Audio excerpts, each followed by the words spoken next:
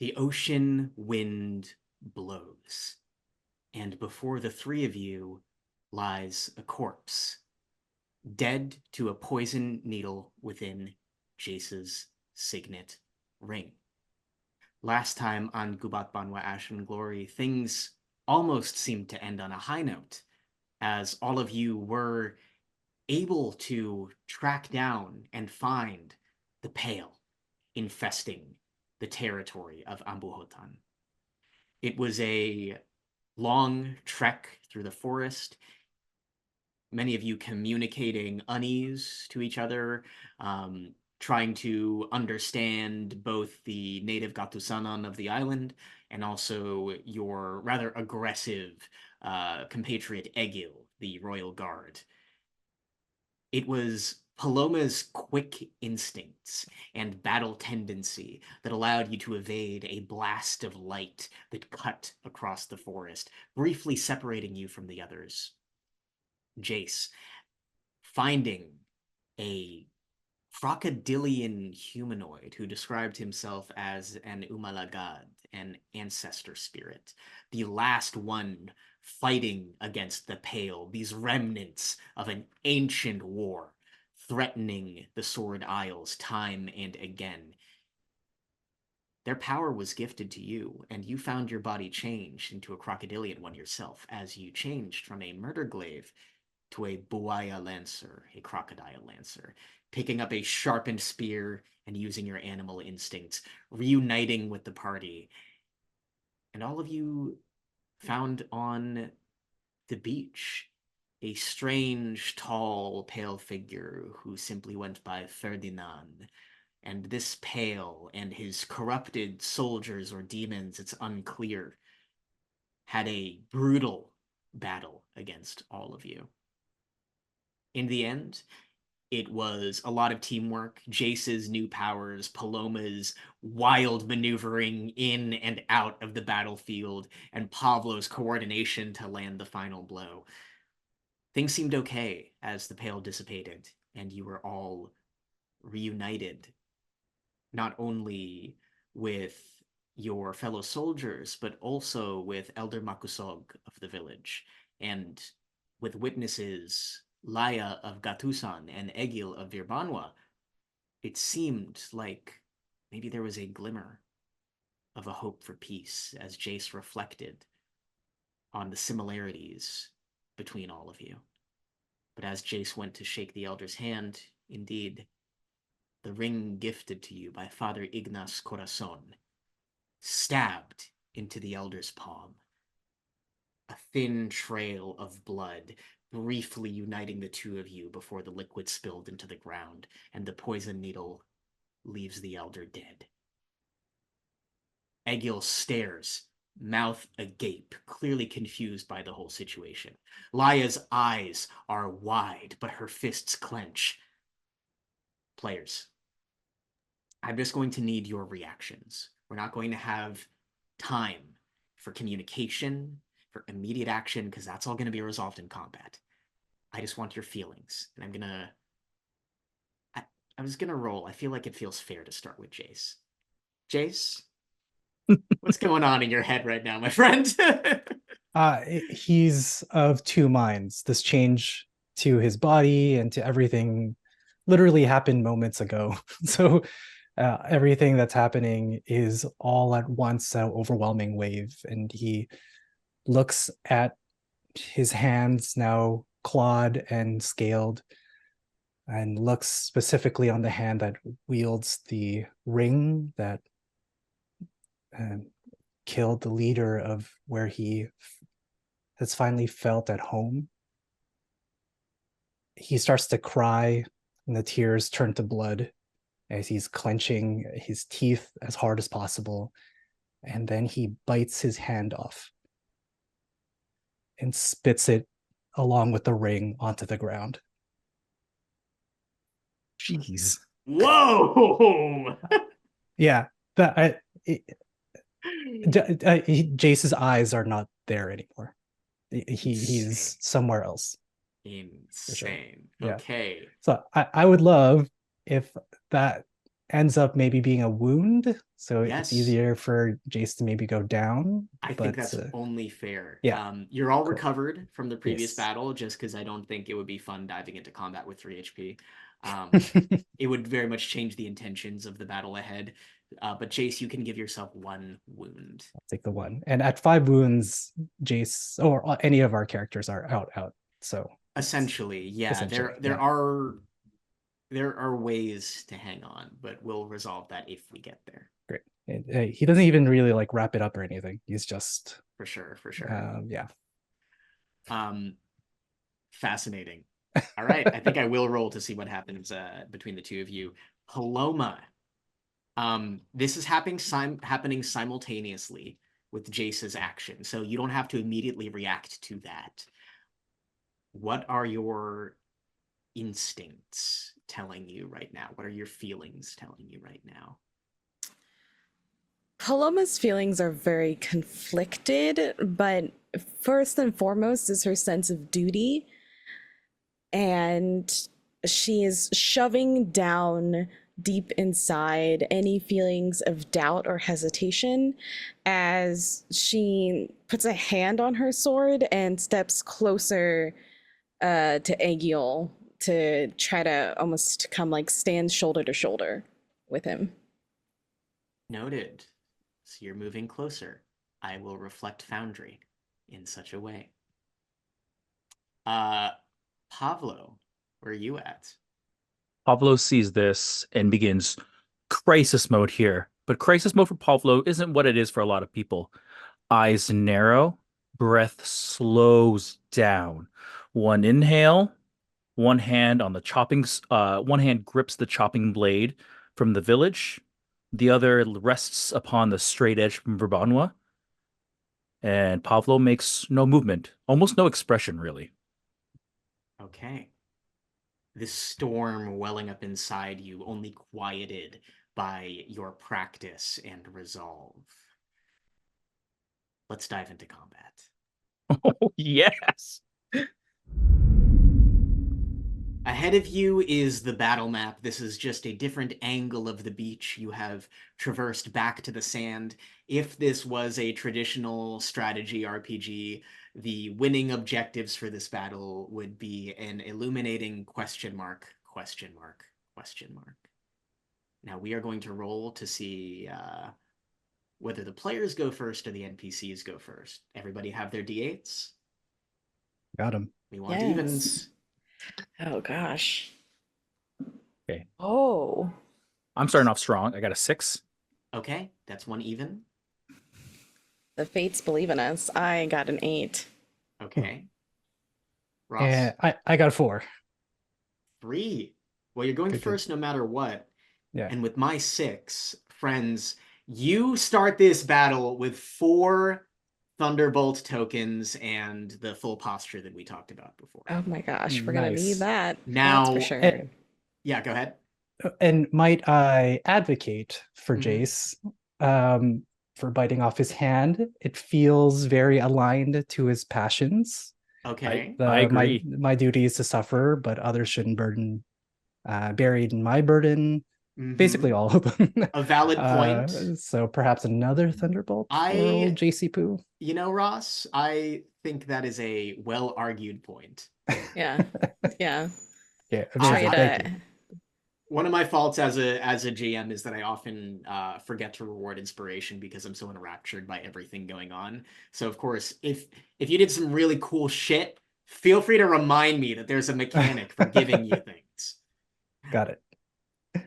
You All gotta right. you gotta trade a hand for a thunderbolt every now and then. You know? You know. Absolutely. Yo, that's so true. I say that every day. All right. Now, here's an important question. We know the players are going first.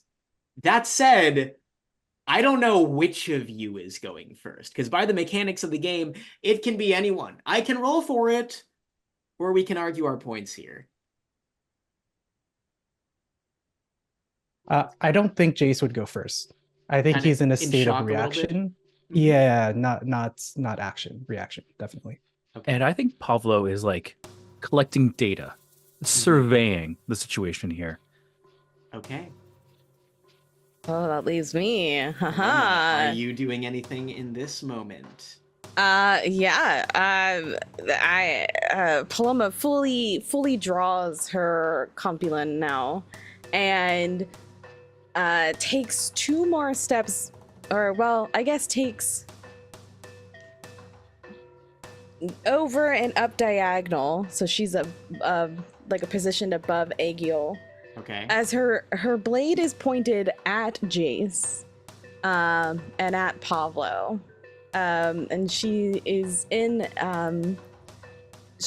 a very like deflected stance right now. As her second beat, she is deflecting. As she turns to Aegiel. No. Before she turns to Aegiel, she just yells out at Jace and Pablo, "This is not the Verbanwin way! What have you done?"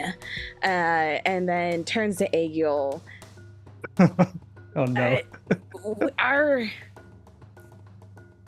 Is our mission lost here? Did we fail? What are you talking about? Surely this was the plan the whole time. Why doesn't anyone tell me anything? You weren't aware of this either? No! For some reason, you 3 were chosen despite everything I've done to protect the father. For some reason, you 3 were let in on the plan across the battlefield. Laya's fists clench. Her muscles start to bulge. Plan?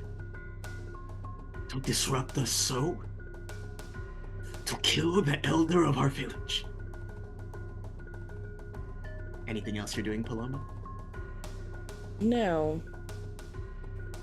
Okay. I'm also going to say, since, not that it matters here, but since you had your blade pointed at Jace, his Dragon's Lair would activate on you, and it would have been an additional move to move out of there. Not that it matters, you're cool. But I think it's an important deal. I think that's an important deal. Steve needs to know that. Yeah. I think as you like point and you move, the sand actually grips your feet a little bit tighter, as if these like soft jaws are trying to pull you into the sand. Yeah. Right. The pure tension is palpable through the air.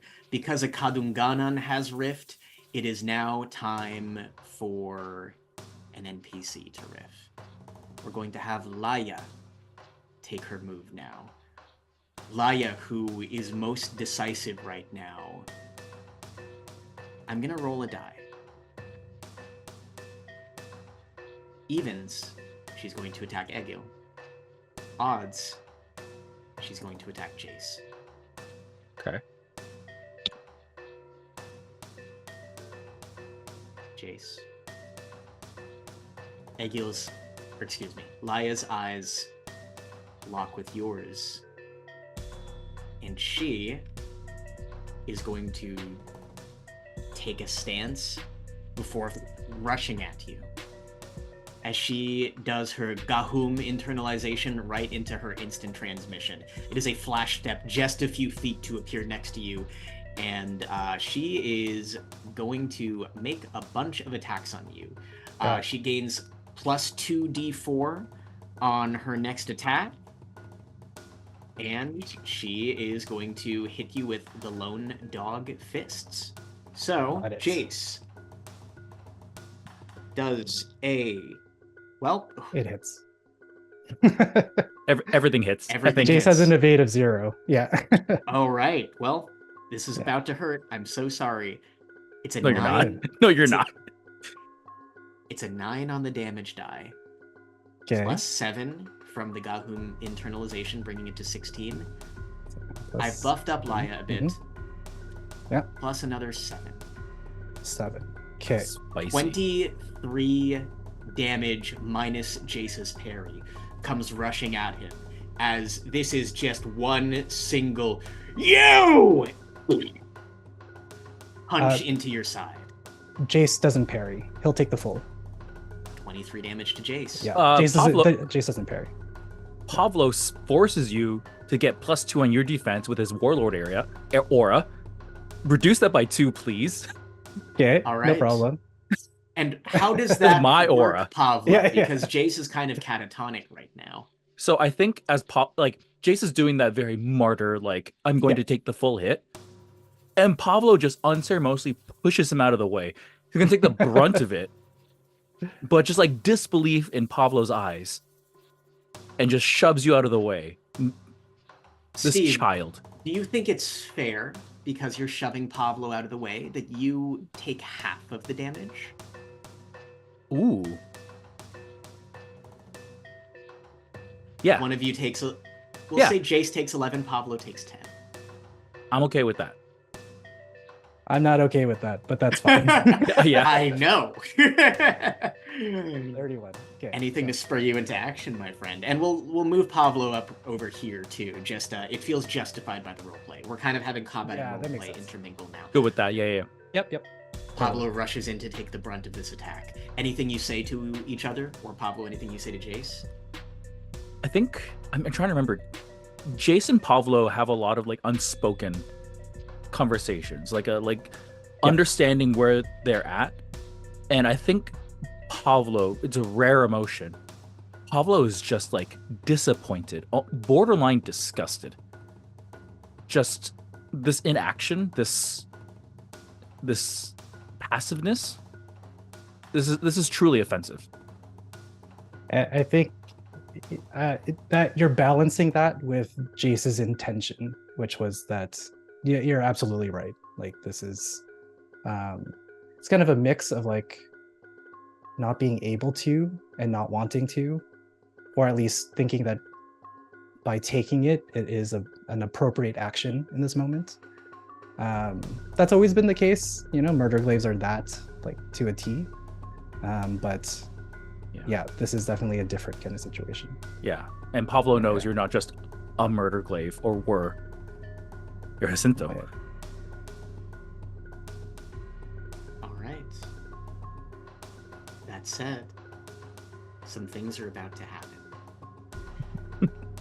There is the sound of footfall and rustling in the trees, as bursting from the forest to the north are three individuals led... Ooh, Foundry, slow down.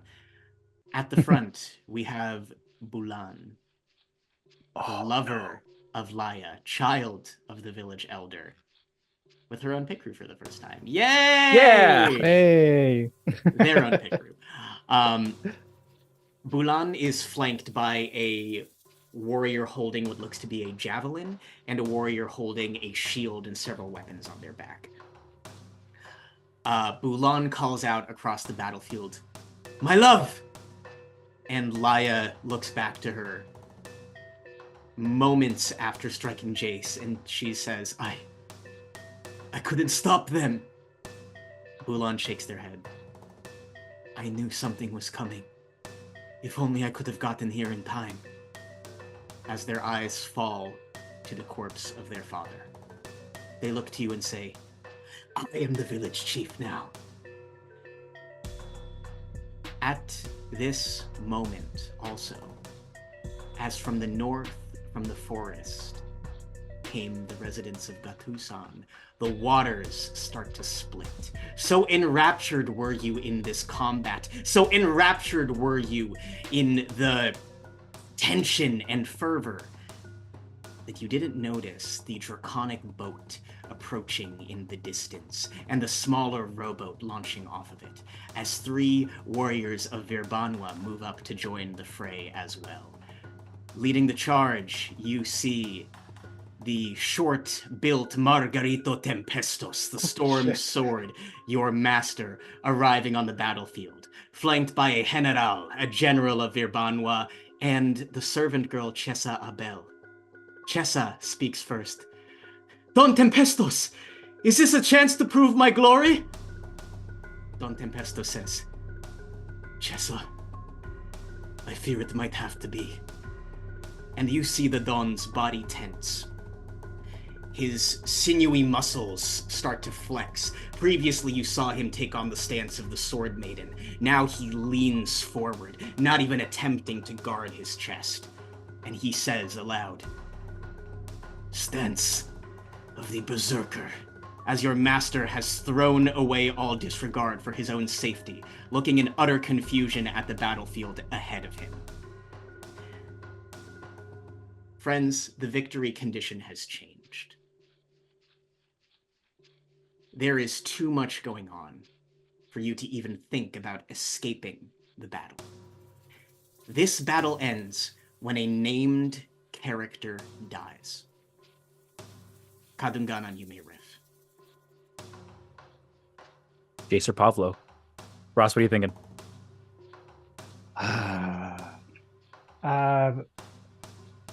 Well, when more Banwa appear, I think Jace will move to attack. He's the only so the only thing Jace cares about right now is taking care of the body of the elder and dying. Like those are the two things that he's most concerned about doing. So I think sorry, I was just gonna move my token. I think Jace is gonna move up to 2 squares to the right, imagining that the elder is kind of to his east, 1 square over. So essentially, kind of being a bit of a block to Egil and Paloma and all the Banwans. And just trying to get into the center of it. Yep. And the I don't think he can talk anymore.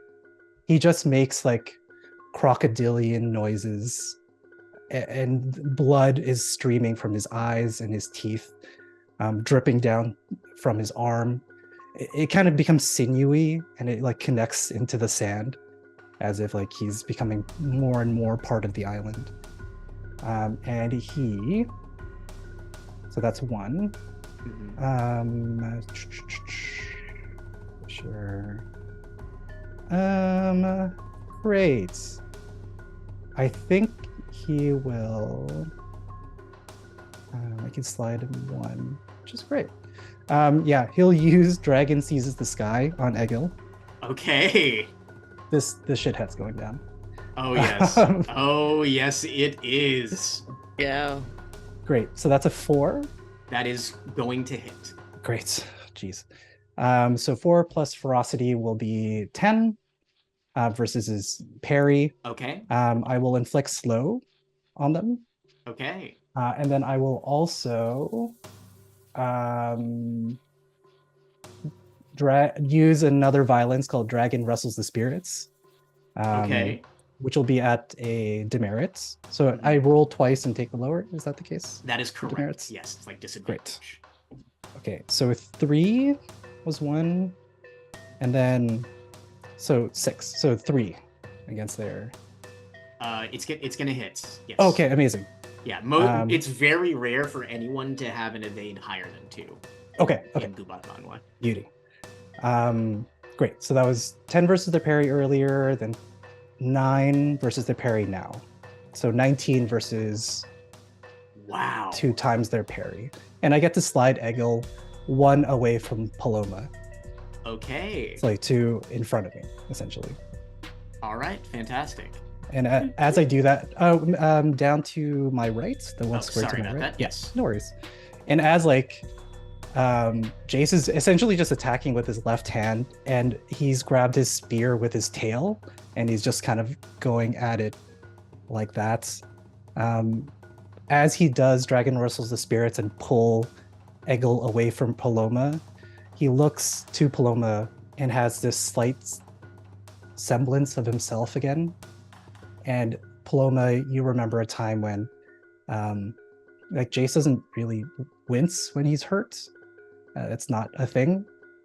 The only time that has ever happened was when we dueled in school. And it was a powerful hit, but it wasn't the hit. It was the fact that maybe at that moment, Paloma really wanted to hurt Jace, and that hurt more than the sword strike. And as that moment flashes, his eyes narrow again into that crocodilian posture, and he roars. Amazing. And that's Jace. Your roar echoes and reverberates through the battlefield. You fully break through Egil's armor and deal a chunk of damage to him. He goes, You're transformed by the island, by these savages. It's my duty to put you down, brother. As he says that, a otherworldly voice comes out of Jace, and he says, I am the island. And Sick. Amazing. All right. Egil, if you hadn't done this, if you hadn't dropped his move to 2 with your slow, he probably would have gone for Laia directly. Instead, he kind of has to find another way to do it. Unfortunately, he can attack all enemies in a straight line. Egil pulls his spear backwards. It starts to glow with a red-hot fire, and he says, Weapons of Makagagavum! Sun Splitter!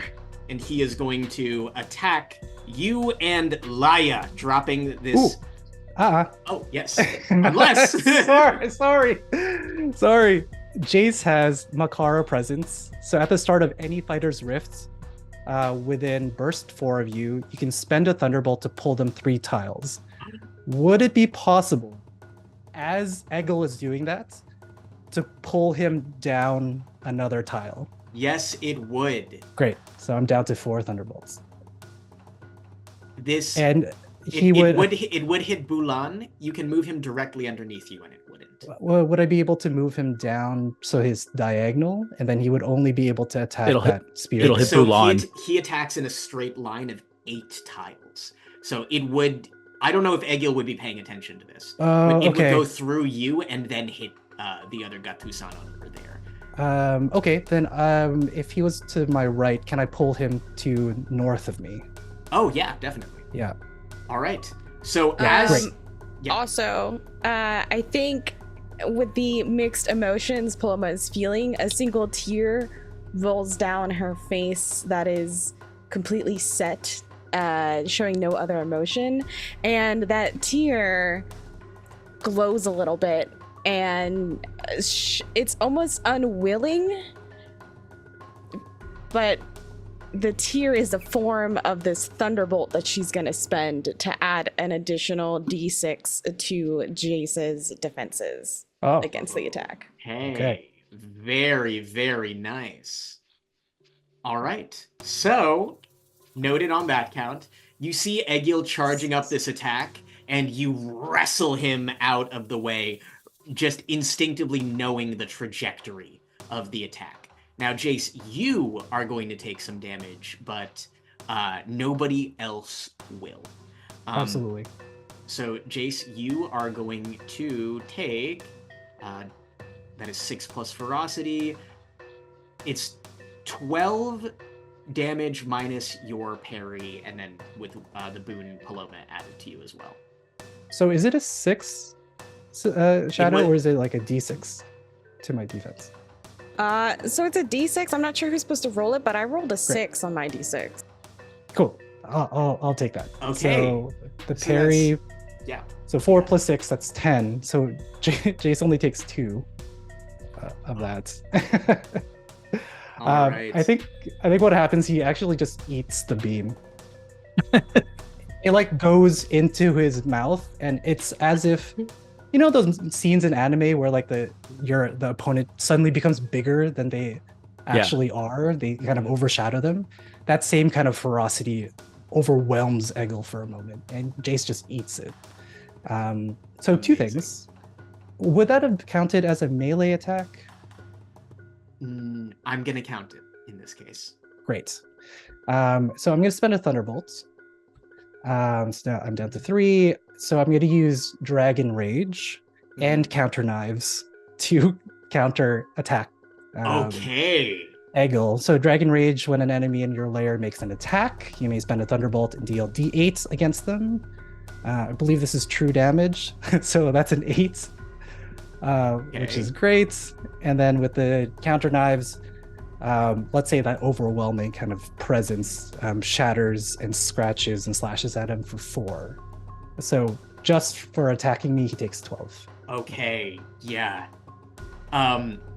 Egil is overwhelmed by this ancient river dragon ahead of him, and he goes, "What are you?"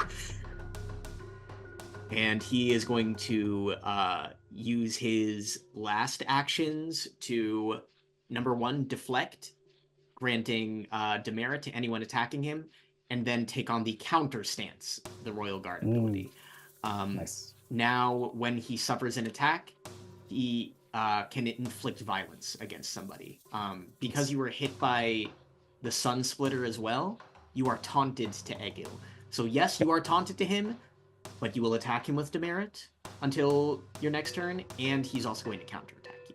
So he is a dark mirror to you, or perhaps a bright mirror to you in many ways, as a servant of Makagaku. Goddamn. Pavlo. So, Julie, you mentioned like when the victory condition flashed up, it was named character dies. Does Pavlo get a feeling that like a shock to the system like that could just like end this here? I'm trying to like weigh out kind of the collateral damage. Absolutely. It's a possibility.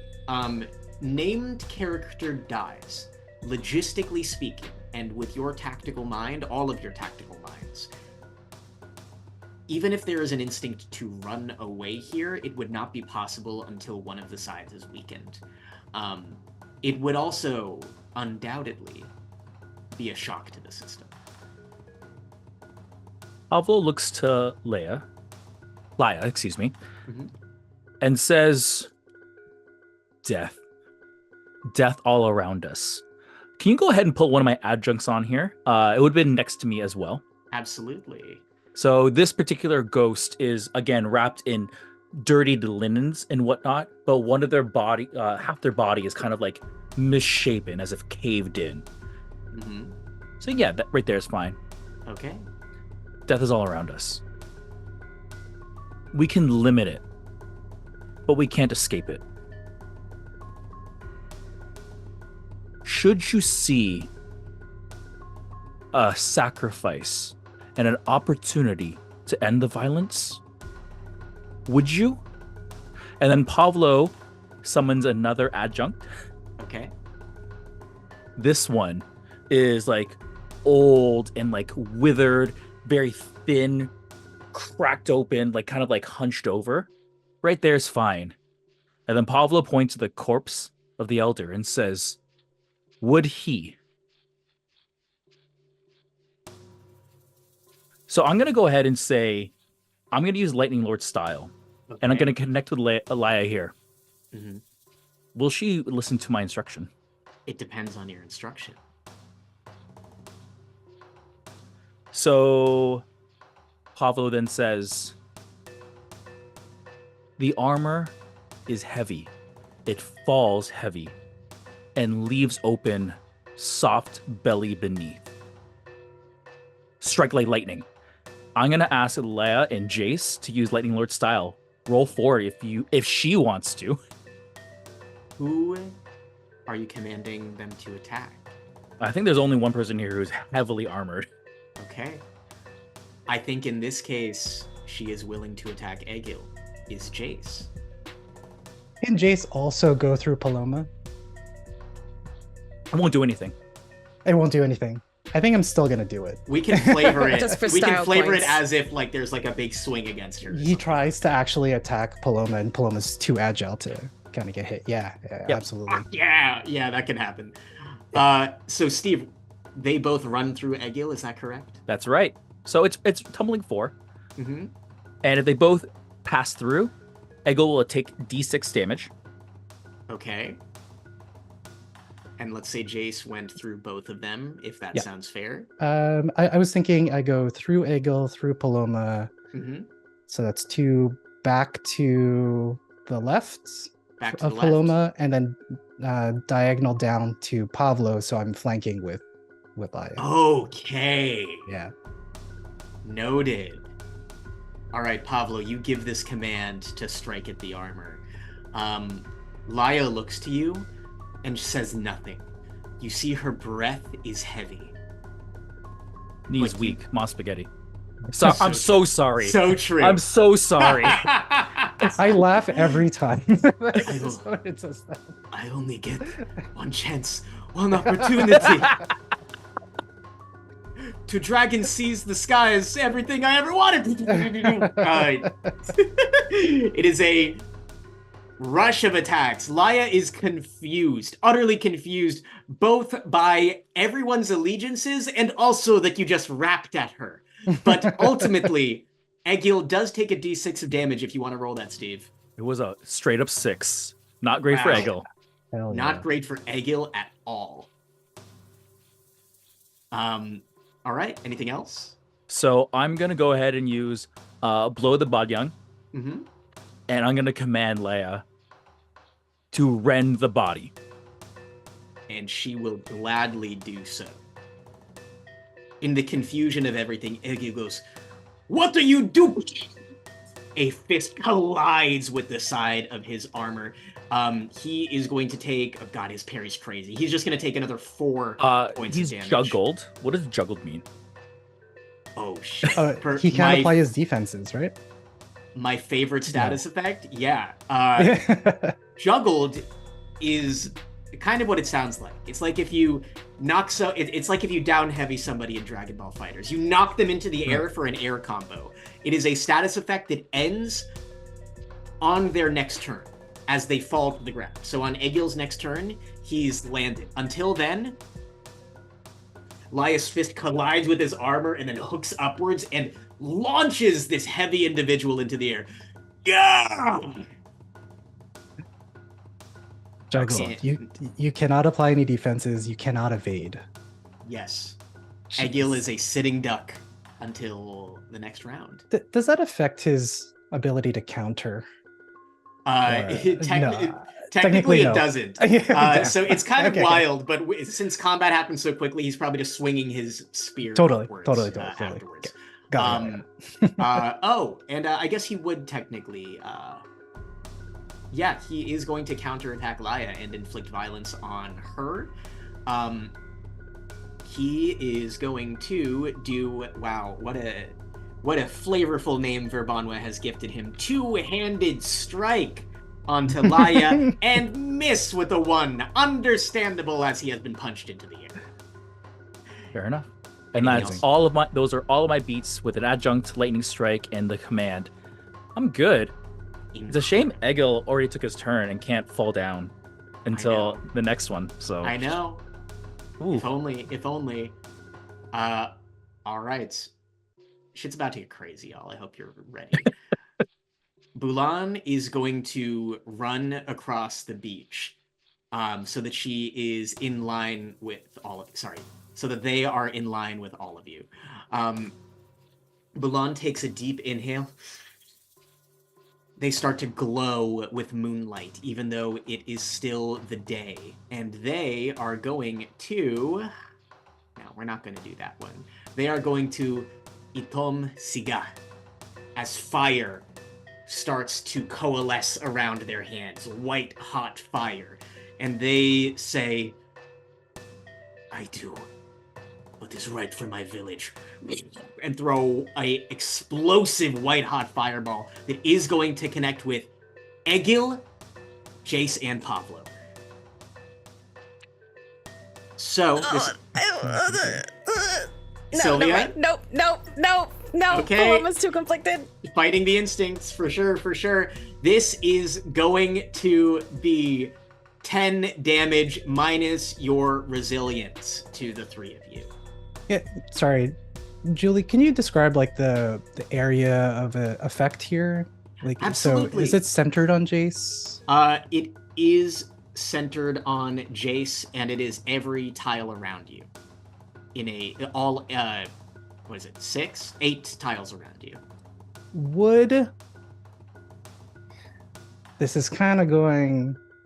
I'm going loosey-goosey here. Uh-huh. If I were to pull Bulan towards me, like right beside me, Mhm. would that stop her from attacking? Because they would be within kind of that range as well. That is a great question, and something that I have posited as well previously when playing Gubat Banwa. Mhm. The order of operations here is you move them, they can still attack that same area. They will. It would be different if they were doing like a melee attack and then you moved them, or in the case of Egil, where like you move him like right before this big line, he would have had to waste another movement action to get back in the line. Bulan, because they're a ranged attacker, would be moved and then kind of just target the same area. Bulan would move, but then target the same area. That's right. I don't want Bulan to get hurt here. Shitty. Okay. I think Jace will not do anything. We're tough folks. What's one little moonbeam between friends? Yes, I agree.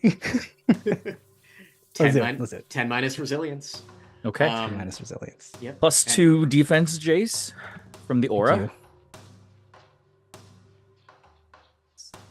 And then my southernmost spirit destroy as well. Position. Position. Mm-hmm. Yep. 1. Yeah. Okay. Destroyed. Destroy. They only have 1. Oh, posture. Unfortunate. Posture. Yes. Very unfortunate. So Egil's taken a lot of damage already. He's really been bullied by this whole situation. Anyway, that said, Bulan is going to use their second action, their third action, third beat, to make an additional attack. And because Egil is juggled, he can't evade, even though this is rolled with demerit. So they are going to Invisible Lance, and once again speak into existence a piercing beam of moonlight that comes from the sky. Dealing another 6 points of damage to Egg, who is really just getting skewered here. Now, in previous editions of Gubat Banwa, characters would alternate, or teams would alternate orders. So even if there was less Kadunganan, they'd still be riffing every other time. Right. So that way the scales kind of even out in regards to multiple units. That's not going to be the case here. We have a lot of NPCs to run through their actions right now, and we're going to do it. Margarito Tempestos, the Storm Sword, is going to use his first beat to run up behind Laia, flanking with Paloma. And he is going to make an attack on her. He is taking Laia. That's right. No, this is your job. This is what you are supposed to do. Sentinels are great. Yep. I'm going to use a Thunderbolt to move Tempesto to the square right below me. Interesting. Okay. That way they're out of range. Yeah. All right. Perhaps your crocodilian tail whips around. He looks at you, his blade raised, and he goes, Jacinto, what have you become? Jace growls, and his eyes kind of come back for a moment, and very earnestly looks at Tempesto, not with like anger or hurt or fear, because he's been kind to him. And Jace says, "What I've always been." And he's back to his ferocious state. I'm going to roll a die to see if he has the heart to attack his former student. Jace, I know whether I rolled odds or evens. What does Jace want? Does Jace want to be attacked or to not be attacked here? If you had to choose between Jace and Laia, which would Jace choose? Oh, Jace would get attacked. Versus who would get attacked, Jace or Laia? Yeah. Jace is taking the attack. 100% every time. All right. Don Tempestos is still a servant of Makagagahum. And he takes his deep inhale and he says, I have always wanted to die during combat, as perhaps then my servitude would be enough to the God who sees all and hears all, but speaks to none. Before you are taken any further down this dark path, I only wish to grant you the same kindness. Bell Queen. Ooh. Jace. Ooh. That is 16 damage minus your parry. Actually, I'm so sorry. Forgot the order of operations. He ignores your parry because he's a berserker. He's used Tempered Rage as his final action. So 16 damage. 16. To Jace. Amazing. He takes 12 back. What? So I'll use another Thunderbolt to use Dragon Rage. He's Okay. just gonna burn through them. And then I think what'll happen is Jace, like, very sadly, I think they have this moment where it's like very sad at the situation. Maybe in a different life they would have agreed on this path of peace. And as Don Tempesto skewers Jace, he coughs up blood. And then Jace pulls the sand up that's tangled in his blood and with his tail, and it skewers Don Tempesto in return. The old man coughs up blood. 12 damage is a lot. Across the battlefield, the eyes of Chessa Abel, the servant girl, widen. She says, Guru, no! And she is going to run, seeing that she is holding a makeshift spear that she surely has made herself. She runs up to defend her master, and as a lancer, she is going to get a power-up because she moved her full speed to attack Jace. Oh, jeez. All right, she is going to do a skewering lance versus Jace. As Another tear falls from Paloma's eyes, as again it's almost like this power unwillingly given from her adds a 1d6 to Jace's defenses. And perhaps this tear, this power unwilling, just barely shifted the servant girl's spear away because she rolled a 1 and is unable to connect with Jace. This young girl who just a second ago seemed nothing more than to want the glory of a Kadunganan now rushes into the combat utterly horrified by the attack that her master just took. I think she also recognizes she's in a dragon's lair. Like, all of that might have looked fun and brave and storybook at a distance, but close up, she knows that Jace will kill her. Okay. Her hands shake around her spear, and she says, I'm not afraid of you, monster! With tears rolling down her cheeks. I'm fighting for everyone I care about! Jace is still looking at Don Tempesto, and as she says that, his eyes flick to her without moving stance. He kind of looks her up and down and goes back to Don Tempesto. I mean, that said, I feel like calling you a monster is probably the most devastating attack we've seen all combat. Yeah. Harsh, brutal, yeah. savage. Yeah. Mm-hmm. Oh man. All right. So the General is going to move now. A fighter in range 3 to 8. I think he might have to. He's going to attack Laya. So the General, this other soldier of Verbanwa, big helmet on his face, takes out a pistol without saying anything. He is going to make an attack against Laya. That is that's a crit, unfortunately. Okay, that's a good chunk of damage. That is going to be 18 points of damage to Laya, Oh, minus her damn. parry. I believe that brings it down to 14. Da-da-da.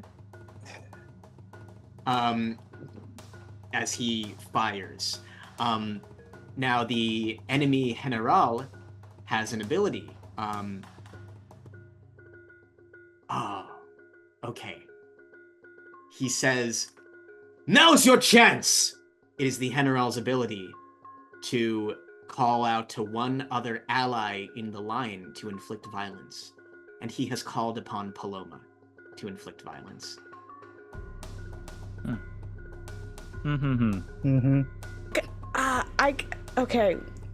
2 questions. Yes. One, is there a moment of RP that can happen? And then 2, inflict violence has to be taken upon the person he just inflicted violence on, right? No, it does not. It just could be says, anybody, It just says it just anywhere. says may inflict violence. And, Okay, cool. And Silvia, cool. if you think this is the moment, it can be. I'm so pumped. Safe Safe space. Do whatever. Like, Oh play my the story. Do it. We all love you. Do it. I think it is. I think it is the moment where Paloma, like the dutiful Verbanwin that she is, gets this order. And the magic like brings light to her eyes, and her sword starts glowing. And hold on 1 second, I have to step away for 5 seconds and shut my door, but then I'll be right back. I can still Of course. Shut your door. Shut your door. The tension. The tension. tension. The tension is palpable. I don't even know what she's gonna do.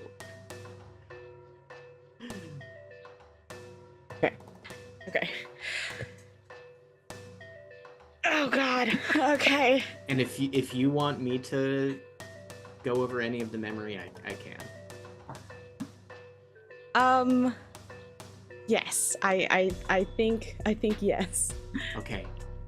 Is that the way you want? You're handing the wheels to me for now? Yes. Paloma.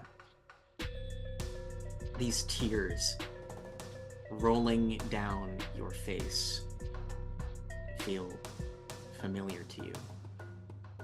Because once when you were a child, you had a terrifying nightmare, or was it a memory? It's hard to say. There was a time when you were a child, it was the nighttime, and you awoke because it was too hot underneath your covers.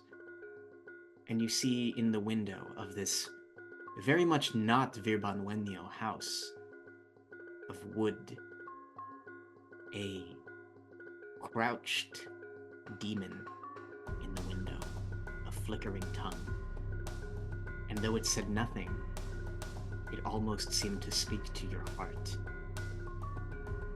If you could have happiness, would you take it? At the cost of everything. Your scream awoke your father, who ran to your room, at which point the demon was gone. And he held you tight in strong arms as tears rolled down your cheeks, just as they are now. Paloma, you can remember the face of your father. Kind eyes, warm smile, broad shoulders. You felt comforted looking at his back as he took you through the forest. Paloma, you don't know how it happened, but one day when you fell asleep, the next time you were awoke, you were on a strange ship. You were so young, you thought you almost forgot this memory. Almost forgot the memory of everything that came before. But Paloma, you are not Virbanwenio. You were taken as a child and given a sword. And though you were good with it, a part of you was cut away. The memory flows. Your father, a lunet knight of Akai, the Sultanate, and your mother a mercenary of Ba'e, the Jade Civilization.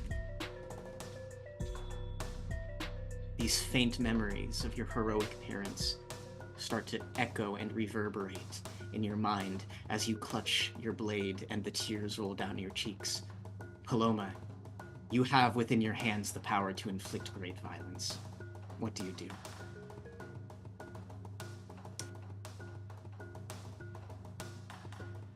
Paloma's grip tightens on her sword. She wipes away the tears, looks back at Bulan. Please, spare my friends. We can sort this out. And with a renewed sense of duty, but not the same sense of duty as before, her magic from her sword swirls up, and it starts taking forms of these great wild cats and tigers of Gatusan as she hurls them at Don Tempestos. No way. Silvia, make your attack roll. Okay. So,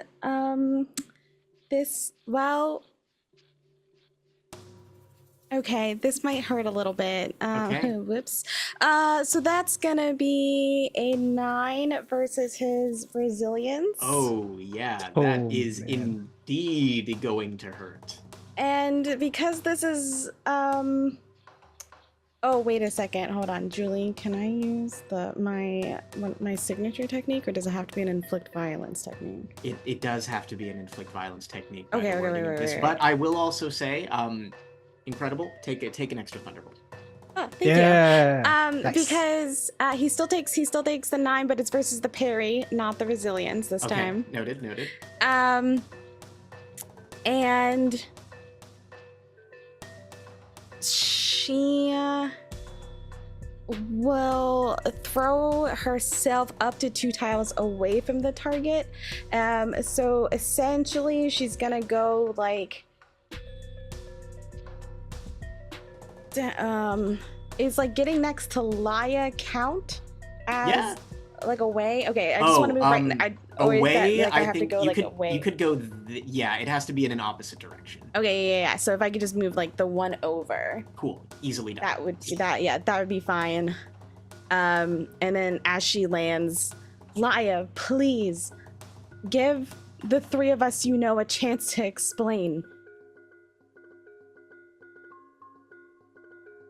I think I might have to ask for a roll here. I would love, Paloma. You can roll your choice. Mhm. Tenderness or grace. I know these might not necessarily be Paloma's strengths. No. That's good.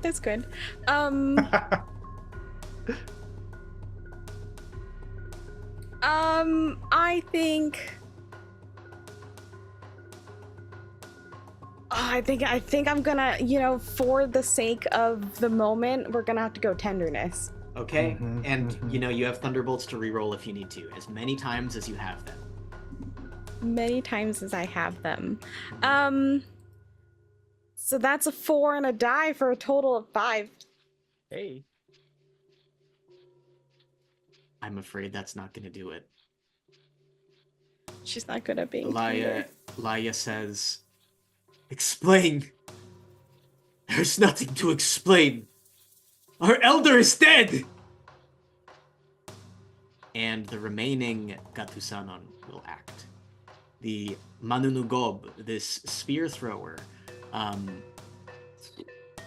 Can I spend my Thunderbolt to re-roll that? yes, you may. If, on a success, you, Pablo, explain what you say in this moment.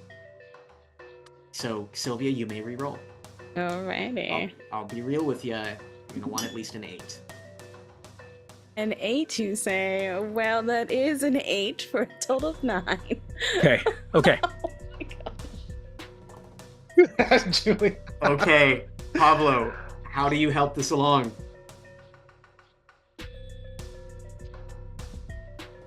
Your rage is warranted.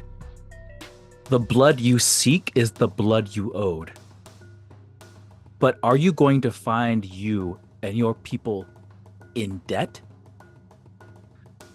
Take what we give you, then take stock. Do not be a fool. Do not lead your people down a path of simpletons. Look around you and think. Think like a leader. Think about those you care about. Make the right choice.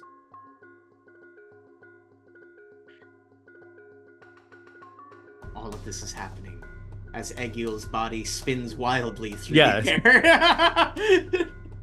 That's my favorite part of this, to be honest. Is Oh, Echo's yeah. just like, whoa, no! Whoa. I don't know if any of you have played the Xenoblade Chronicles games, but there's a status called launch, which is kind of similar, where you shoot someone into the air, Yeah. and you can pause the action to like line up attacks against them while they're vulnerable. So you're pulling up a menu while the enemy's just going like this, and it's absolutely ridiculous. Yeah. Especially when it's like a giant robot. That's what I'm imagining. Yeah. Absolutely. Laya and Bulan, hear your words, Pavlo. Bulan takes a deep inhale. They hold their arm out at the sailing Egil, and they say, "Strike!" As their loyal servant makes a move to yeet a spear over at the armored warrior. They are going to throw an envenomed spear over to Egil, which, I mean, he can't evade. It is... Oh my god, they're so strong. That is 5 to Egil, who is now poisoned and will be taking damage at the start of his riff. Or end, rather, I believe. I think a flame is the start. I'll double check in a sec.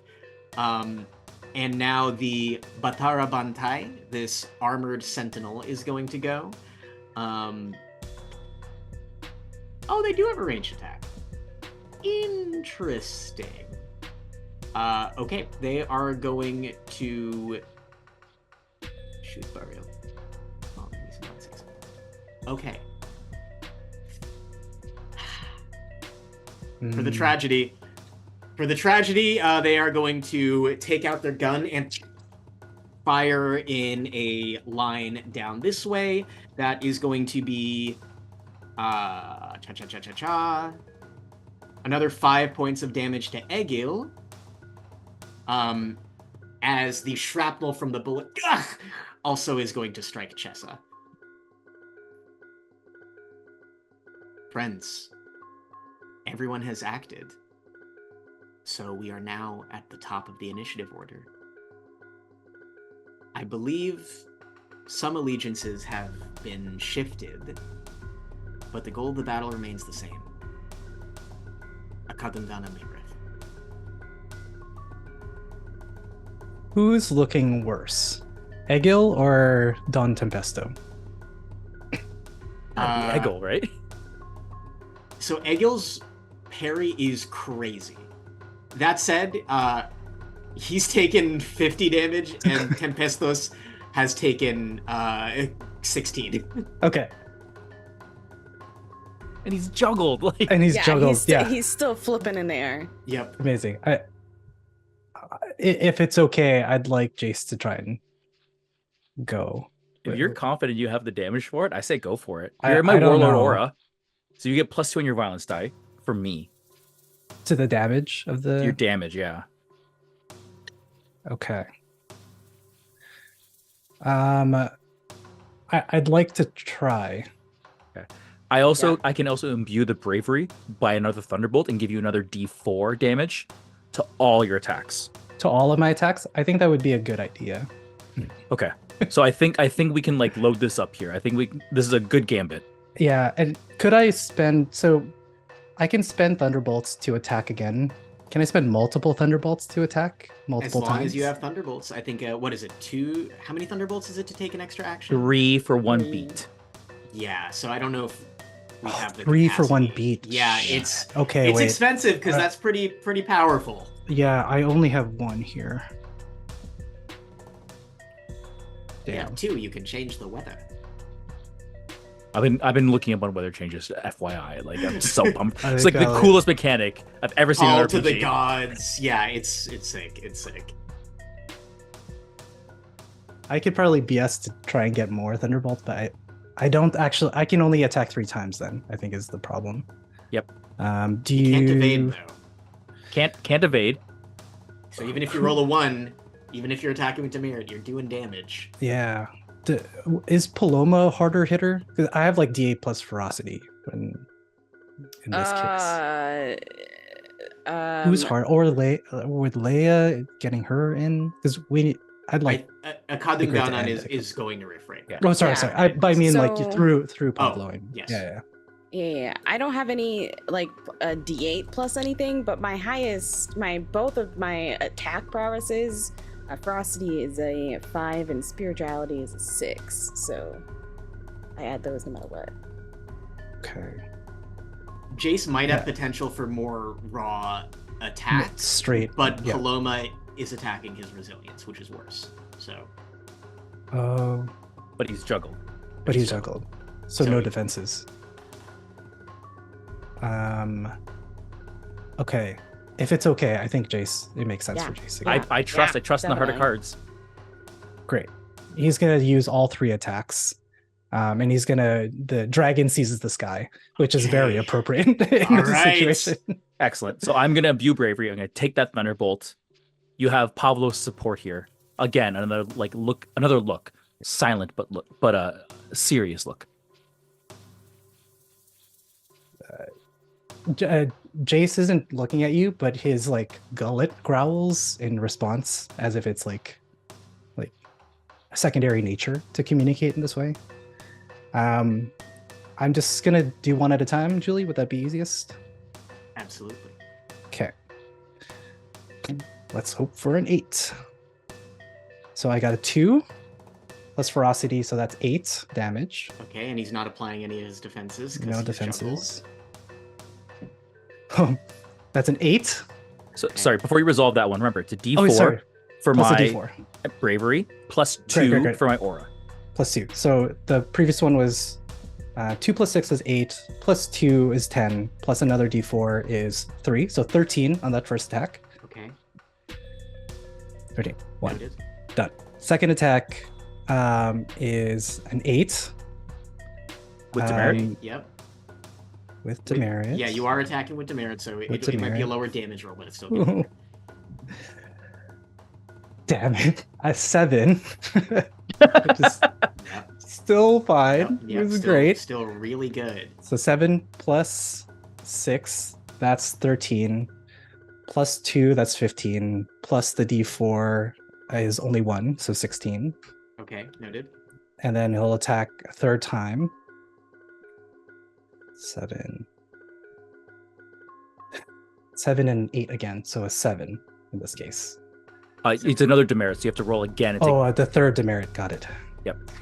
Let's go, baby.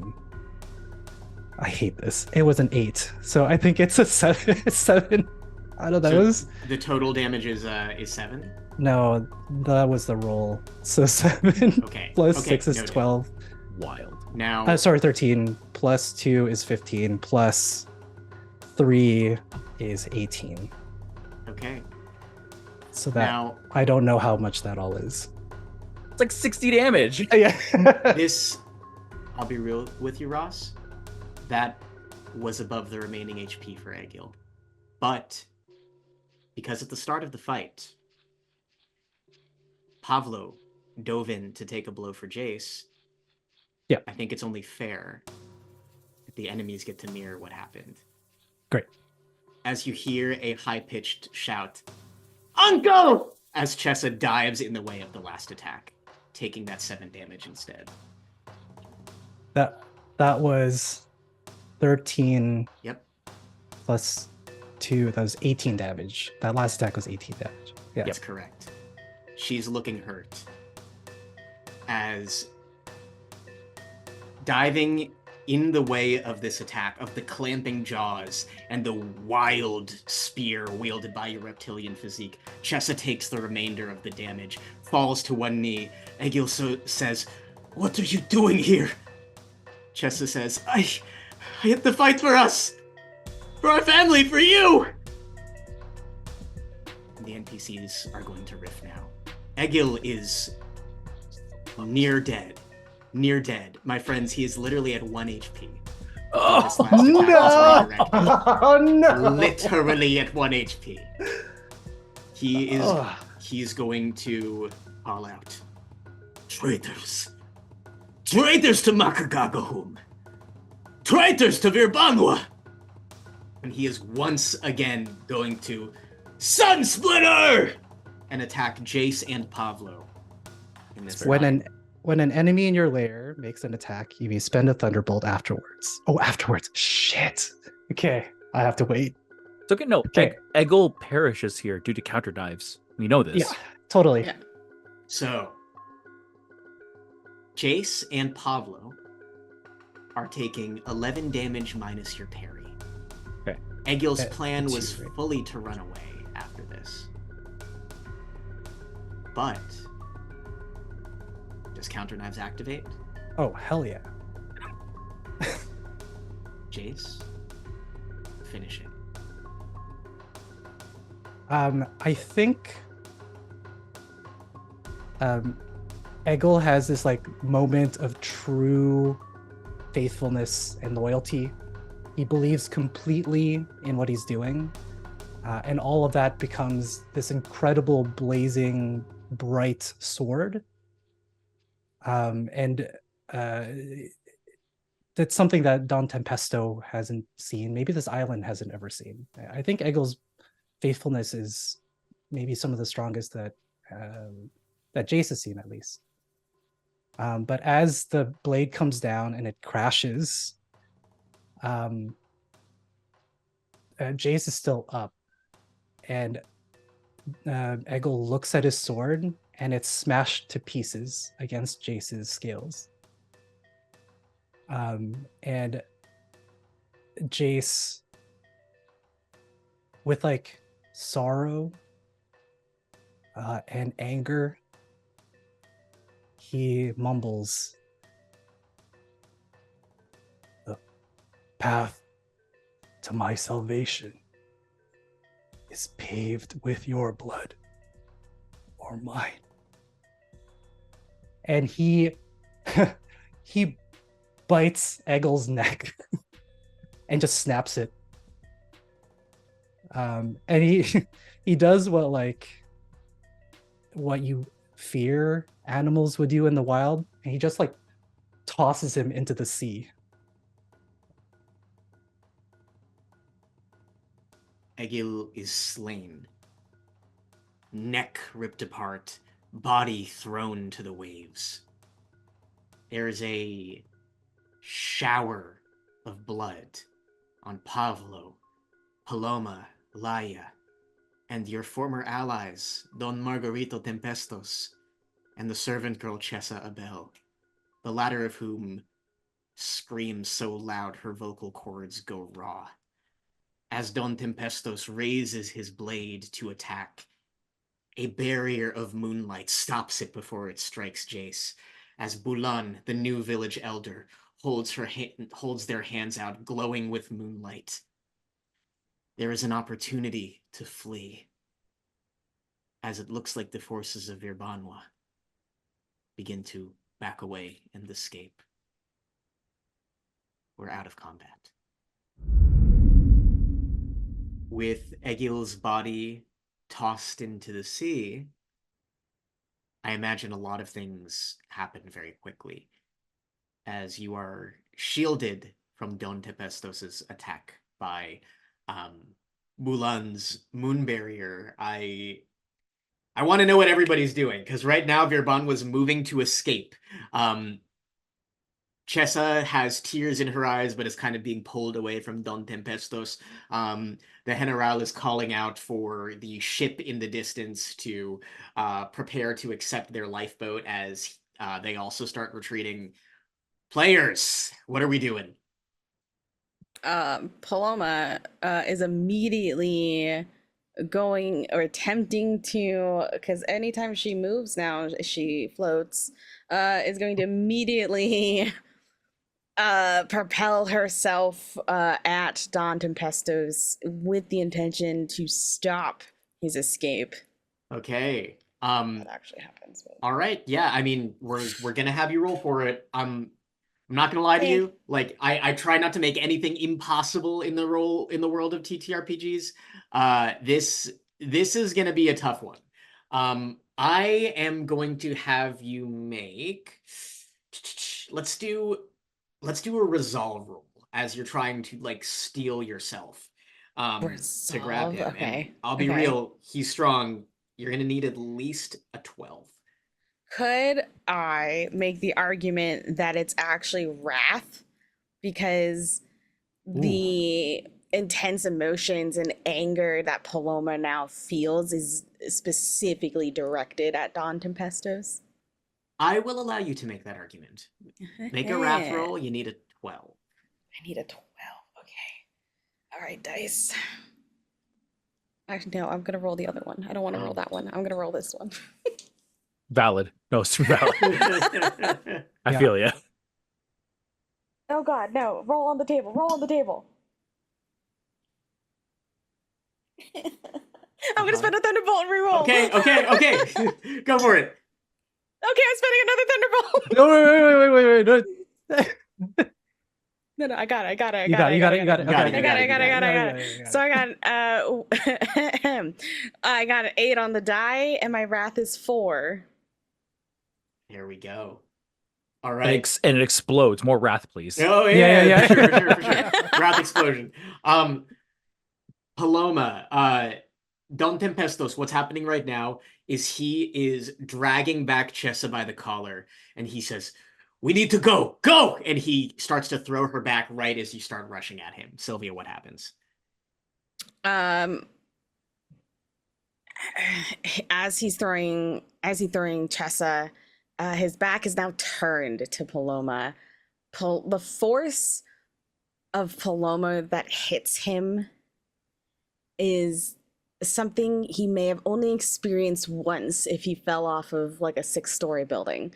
Paloma collides with him and lands on top of him. He is now face down in the sand as the flat of her blade, she's pressing down with both hands, holding him down on his back.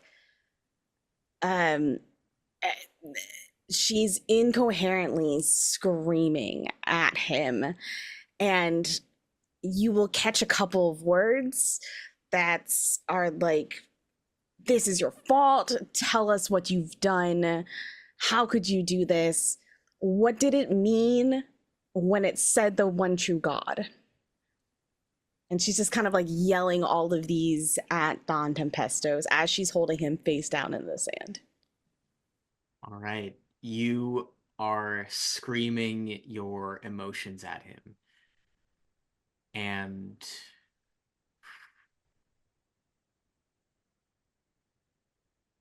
he is not going to make a move to stab you, but he does start wrestling you off of him and start saying, "Paloma, what has gotten into you? Why would you do this? Why would you all betray Banwa?" Banwa has betrayed us. Banwa has never been honest with us about anything. And it knew the one true God. Where did Makagagahum come from? Can you answer me that? He breathes, his breath starting to calm. Paloma, you can tell that there's a part of him that's stalling for time, as there is still screaming in the background, as Chessa is being dragged away now by the General, taking her back to the rowboat. She is screaming, at the top of her lungs, "Master, master, Don Tempestos!" As she is kind of forced onto the rowboat, her eyes waterfalls with emotion. Don Tempestos looks to you and says, "Akagagahum was here before any of us. He is the one true God. If the pale king you encountered worshipped a version of him," and his voice wavers, "surely it must be a lie." Paloma gets off of him with one final shove of him into the sand. And she just points the dual tip of her blade at him.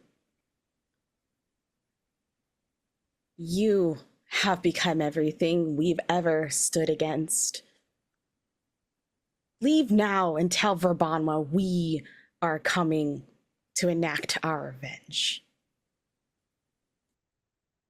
Paloma, I have not changed. You have.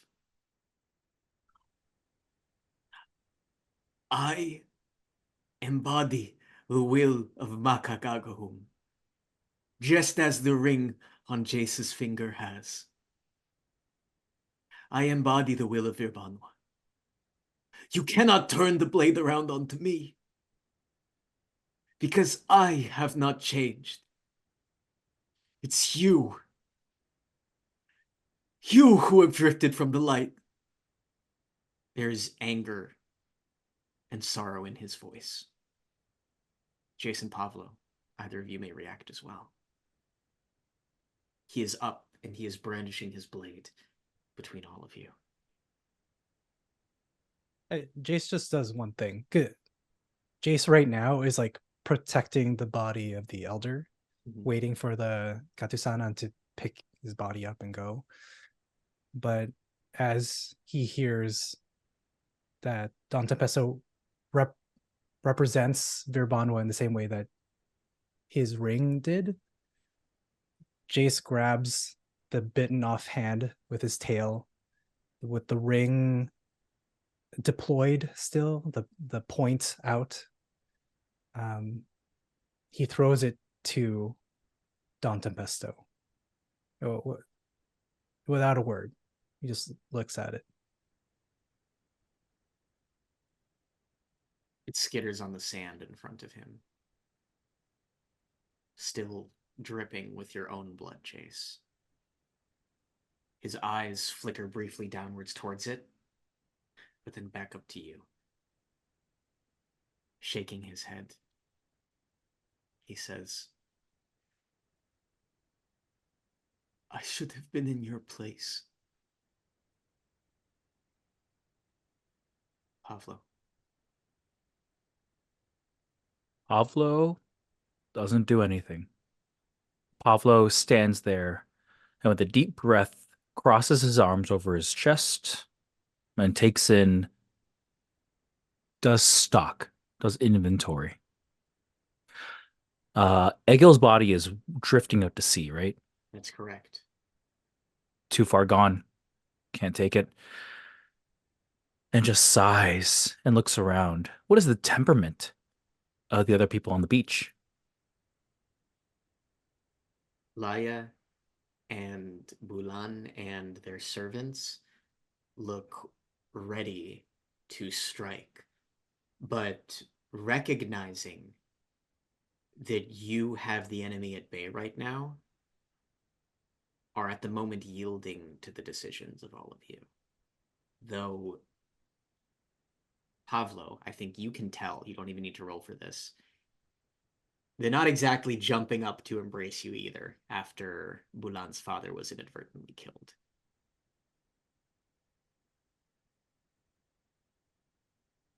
Pavlo yells out to the maiden, Egil's niece, I think it was. Yes, Chessa, the Egil's niece, also the servant girl who gathered you all in the first episode. And being brought back by an armed guard, more or less, right? That's correct.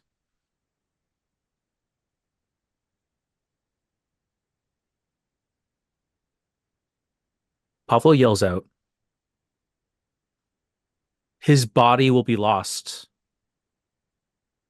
What will you remember him by? His blade, his armor, his blood on the sand. If you leave now, you have nothing. He will be forgotten. What happens in a year, a decade, 2 decades from now? What will his memory be? Come back. And like like Pablo's saying this, knowing that she's being overpowered basically by a guard right now, Right. as like a kind of like a goading into like her resolve. Does this sound reasonable to be a control roll, Steve? I don't think that's unreasonable. I think I'm into that. Okay, great. D8, I think it is. D12. 12. D12, I get +3 on this. 2 + 3. I'm gonna use a thunderbolt. Two's too Okay. low. Okay. I don't even need to know the result. As a 12, I'm exploding my control. Pablo, your words echo in the ears of the servant girl. And she stops struggling in the arms of this Virbanueño soldier, collapsing to her knees on the boat. Though you all would struggle to see this from the distance that she has maintained on the rowboat, I think the eyes of the viewer can see that the water has guided to her uncle's spear, which clanks against the side of the rowboat. She reaches into the water and pulls out the spear, still wet, not just with the ocean, but stained with Jace's blood as well. This ornate spear with dragons wrapped around it is what she clutches in her hands as her head hangs.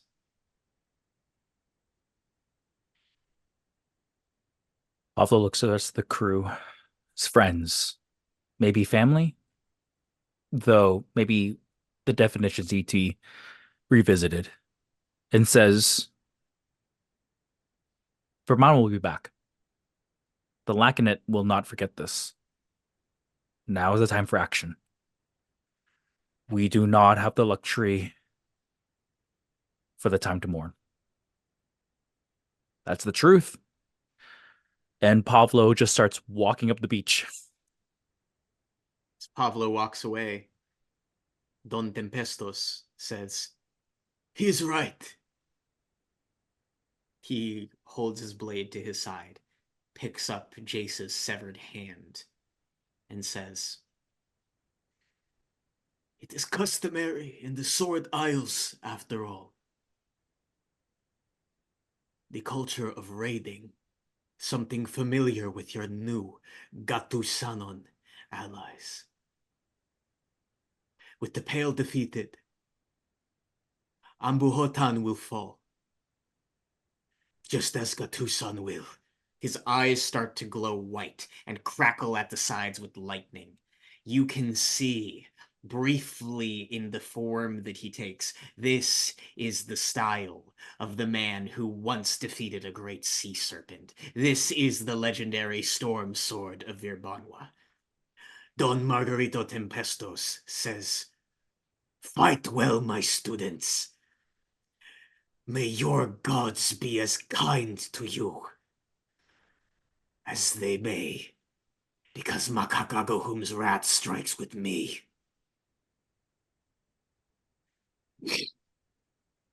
He swings his sword, and in a burst of lightning, he is gone. And in the distance, the rowboat and the draconian ship of Virbanwa start to leave in the distance. For now.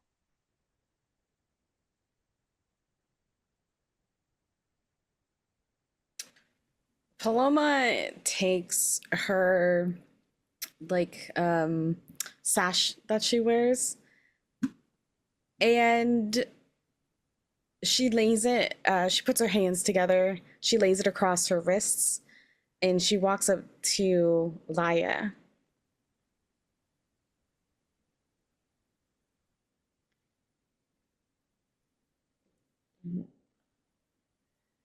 There must be a moment of conversation. And I know the trust is no longer here if there was ever trust. But I trust you, warrior of thunder, to do the right thing. Now, please bind my hands, and whatever justice needs to be enacted here, please enact it on me. Your weapons. I need your weapons. I will only bind your hands once you are done burying our elder's body.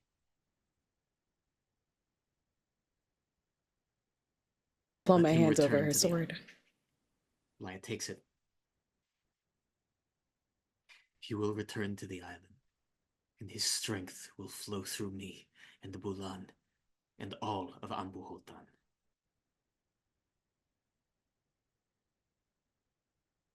Do you all comply? Yes.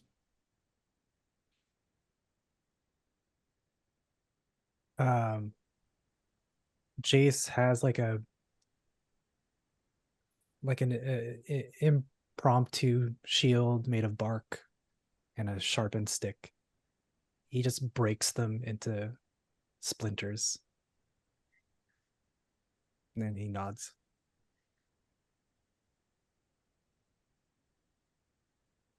There's a silence as all of you stand. Bulan, who has been stoic, standing atop the small cliff leading to the beach, at this moment, they now collapse onto their knees, crying into their hands. Laya is quick to rush to their side.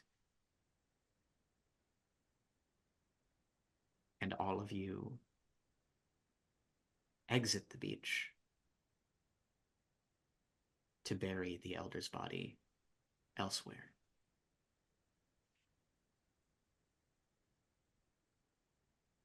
It's a trek to get back to the village. But there's no other place that Bulan thinks would be appropriate. There are gasps, shouts, screams as all of you return. Bulan first, carrying the body of their father, Elder Makusog. And they say, lying his corpse to the ground gently, "The Pale King is defeated. Virbanwa driven off. The Golden Guard dead. These soldiers," gesturing to the three of you, "are not innocent in my father's death. They will bury his body. And then they will leave." Bulan looks back to all of you and says quieter, "We will speak privately. But you have no home in this village. Know that." Pavlo silently nods. Jace, I assume at some point, whether it was your compatriots or Laya, your bleeding stump where your hand once was wrapped in some way. I think as like we were walking back, the leaves just kind of wrapped around Jace's hands as if the island was trying to patch him up he didn't ask for any help, nor did anyone, I think, offer it. But as he returns, he's in a more stable state. All right.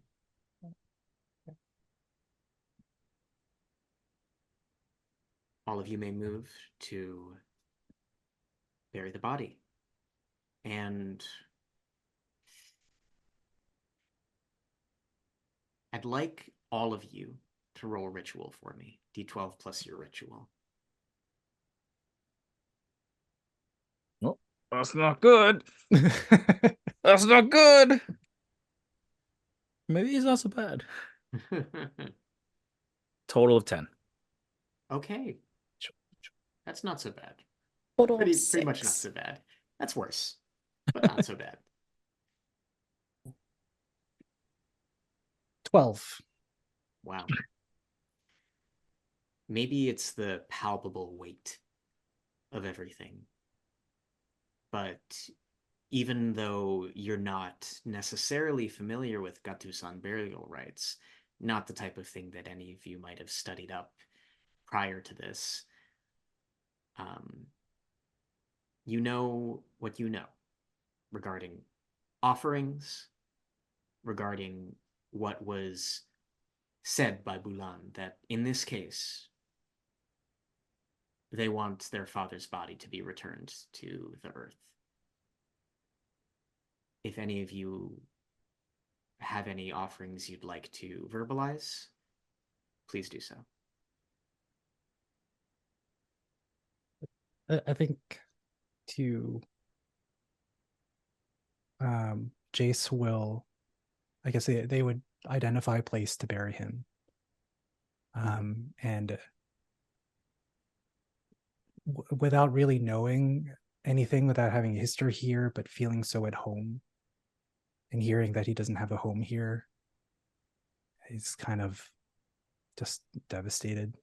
But the spirits whisper, the little gods skitter and point. The earth yields to Jace as he kind of puts, I guess he doesn't have two claws. He puts one claw and his tail into the earth and he rips it apart. Using eventually a new signature technique called Dragon Lair Pamagi, which allows him to actually do that. Nice. And he lays the elder down as gently as possible. All right. Anything for Pablo and Paloma? Pablo offers nothing. We dig the grave. We do our duty. This is our penance. Body's put in the ground. The duty is done. At least that's how Pablo feels about it. Excellent.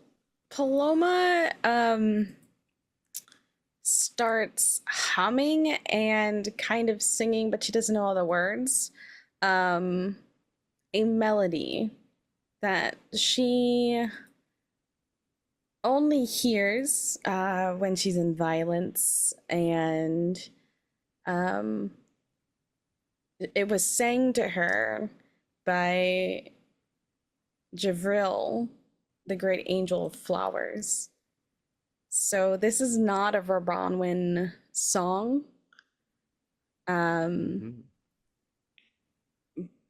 But its sorrowfulness is appropriate for the moment.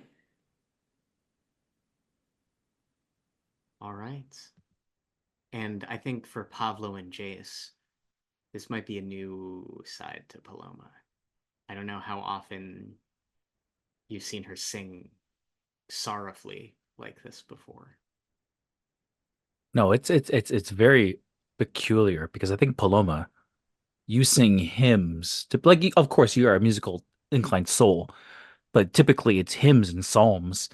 This is not typical. Oh, is that fair? Yeah. Okay. And I think Jace would, as the song is being sung, would um, pull the earth over the elder, and he would whisper to the ground, "I beg you, listen to this song." And flowers begin to kind of sprout. They have an incredible time to get past the earth and the blood that's mixed in, but very, very, very slightly, they begin to break through. very well. With these rituals and this communing with nature complete, Jace, your new spiritual connection to the island. Eventually, Elder Makusog's body is buried with flowers already starting to sprout from it. You all rolled very well for ritual. That said, you are going to lose some honor from this whole situation. You're all going to lose 3, which I believe drops you all down to 4. Yep. And Bulan will approach all of you as the sun starts to set and say, "It's getting late, and the forests are still full of demons. Whatever you have to say to me, say it quickly and find yourselves shelter." This is unbecoming of a leader. I understand. We understand that we've caused you pain. We have brought an evil to your shore. That is clear. But no shelter for the night, no food in our bellies, not even a morsel of gruel, not even fresh water. After what? After we spill our own blood in the sands to end a conflict. I told you blood for blood. And this is the payment. This is how you show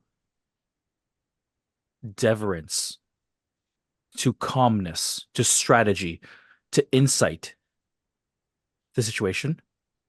Not even a night beneath your roofs. You can't even give us that. Your words are pointed, Senapati. But every one drives closer towards an agenda. What is it to live life like that? What is it like to communicate with your friends, pushing towards trying to get what you want out of them? Is it lonely? It's cold and lonely, and it fills my life with pain. And yet I persevere. Let's make a deal then. Let's talk agenda to agenda. I am most invested in the lives of my companions, and we put our lives down today for you and your loved ones. We stopped an incursion upon your land, and in return, I ask for the grace of one night in the village. Put us in change, whatever makes you feel safe around us. Put the show on. Put us in a bamboo prison so all can watch our wretched faces. But let us stay. Let us have our dignity for one night. How little you know of the world outside Virbanwa that you would assume that we have chains, when the best we can muster up is rope. What you have done in killing the Pale King. Yes, you have saved our village from a terrible blight. Now Virbanwa has no excuse to swoop in, and I understand that you were used. Penance, as you would say. in your religion is not always the way forward. You do not simply suffer and receive a reward for suffering. What must it be like to live and sing amidst all the pain? Will any of you ever know, or are you so deeply entrenched in this world that you grew up in that you can't get beyond that? We have a common agenda right now. We want to stop Banwa, and we want to survive. Banwa cannot be stopped. An island cannot defeat a nation. I have nowhere I can take my people. Gatusan is a rough congregation of territories under one Raja. But we are not one united kingdom. We go somewhere else, there will be blades pointed at us for our belongings. We are to die fighting is what is the best that we can muster. And whether that's because that has always been the way of the spirits, or because that is what we told ourselves to make our inevitable debts at the hands of your empire more justifiable, you have freedom. You can leave this place. You're powerful warriors. You can leave this all behind. Go to other lands. Leave the island. Leave us to die fighting Banwa, because we will. If not now, years, decades, maybe a century from now. You have the freedom to move on. We have the destiny to die fighting. What will you do with your destiny, Kadunganan? Paloma Maybe. holds her hand up to Pablo because she knows Pablo is just going to keep talking. So she holds her hand up to silence Pablo. I am not the best with words, but I don't know what it is. I don't know if it's this island. I'm not quite sure, but I've been lied to my entire life. Banwa has robbed my future from me in a way I didn't know was possible until today. That does not excuse my actions that I have taken up until now. But my life is not on the same path as I was yesterday. All I know in this world is my sense of duty. So you sit there in your hurt and claim that I can simply just run away. My duty will not allow me to run away. My brother, and she turns towards Jace, has been utterly transformed by the power of this place and is the furthest thing from Verbanwin that I've ever seen. I know that you are hurt. I know we cannot undo what has been done. There is no exchange balance on lives. One life simply does not equal another and never will and never could. We will go into your forests. There are still demons there. You say it yourself. We know it ourselves. We will fight them for a time. But on the setting of the fourth sun, I demand that we meet again in hopes to make a pact to help your people against Verbanwa.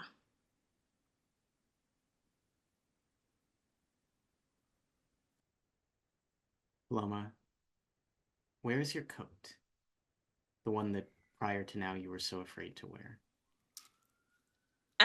It probably is still in like a little pack, like on her person. Noted. Paloma, as you speak these words, more memories start to return to you, and something instinctively in you realizes that the way you're holding this sword at your hip is not unlike the way that your father, the Akayu Knight, held his sword. Oh. It is his sword, isn't it? Oh, he died fighting Verbanwa, didn't he? And for better or worse, you may find yourself on the same path. Jace, do you have any reactions? He's kind of just taking it in. When Paloma said that one life cannot pay for another, memories of his lost love and flood back. The last moment of the elder reaching out and being so like relieved kind of flood back. The look of Jessa Abel and how Jace could see himself in her shoes. And his whole being is torn. What Bulan said of like, can you not think of another way outside of what you've been taught? It keeps resonating. Jace is unsure. His whole life has been around a singular path to come back to life by dying a little bit every time. And then he hears the night birds as they sing. The bats begin to fly and cause the ruckus that they do and hunt for food for their babies for tomorrow. The small gods cricket and skitter. And Jace looks at Bulan and he instinctively bows in the way that the protector of this island has always bowed. Maybe it's a story that Bulan had heard or images woven in their textile. But he does that gesture. And he whispers, well, he says it very quietly, softly to his friends. I know a place. And he begins to like walk in the direction that the bats are flying. Very nice. I think Bulan hesitates as they see you start to walk away before saying, let us follow your friend. And they look back to Laya, who has been standing there silently, arms folded, looking at the ground, before going to follow their love. Jace, you may lead everybody to where your heart is calling. The bats seem to like weave and move. They don't act like a murmuration, like a big flock of like undulating birds, but there is a directionality to their flight. And at a certain point, they actually disperse and go back into their hunting mode. And if the two are following, they would see that there is a huge clip, like rock face. It looks impenetrable, covered in vines and moss, trees growing out of the side. Just looks like any other rock face. But it's one of those like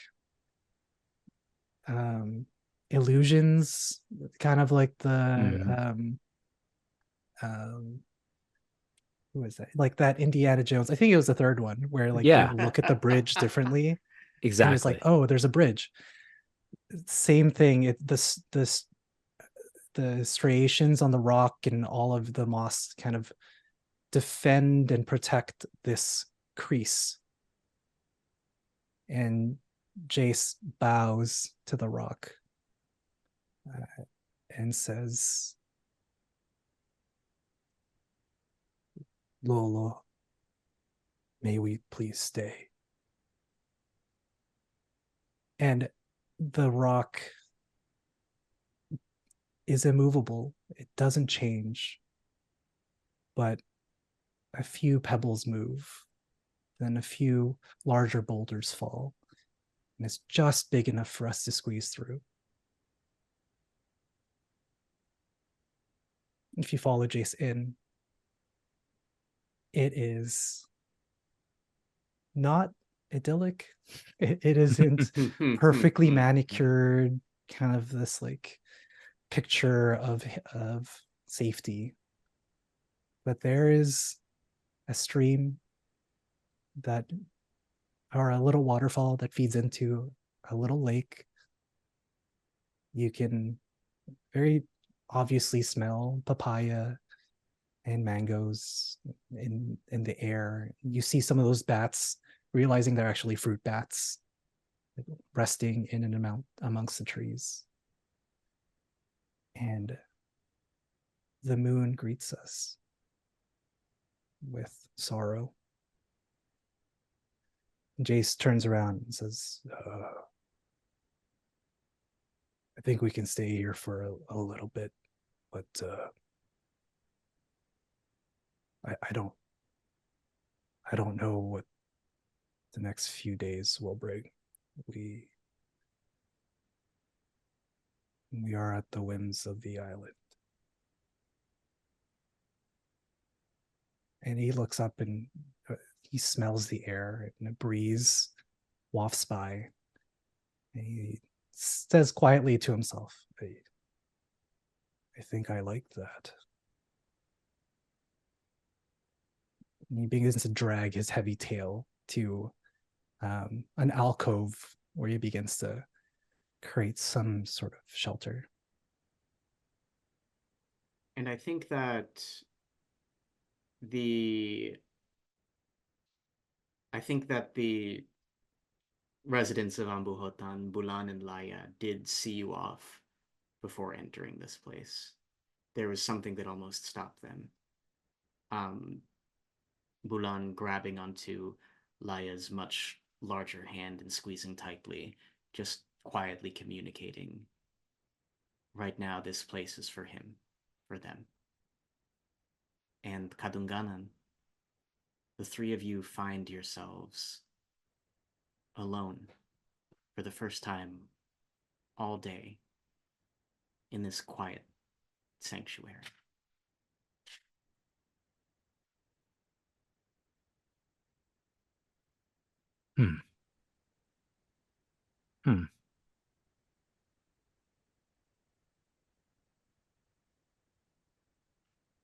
Well, no beating around this.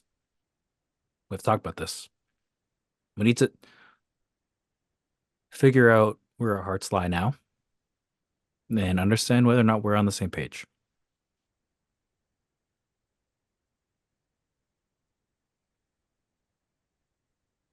Jace, your heart has always been on your sleeve. Now it's... He looks at his arm. Yeah, exactly. He looks at his stump, actually. He's like looking at his stump. It's just us now. You've chosen the island. Yeah? The island is you? Inseparable? I I don't know. I took this power to protect you, to protect Paloma, to have something to wield, but I I don't know what'll happen if I leave. Is the thing. Yeah. And that's my problem with this. You say you took the power, but when Pablo looks over to Paloma, do we know the power didn't just take you?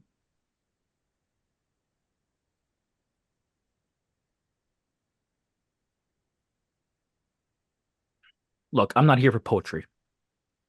I'm here to talk about what is going to happen next and how we can live to see another day. Paloma, we struck our master, and he's going to go back to the Lacanate, and he will tell, and our names will be known, and they will be back.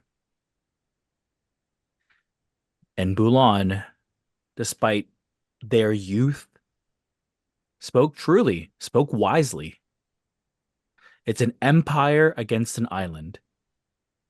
It's a numbers games, kids. They lose.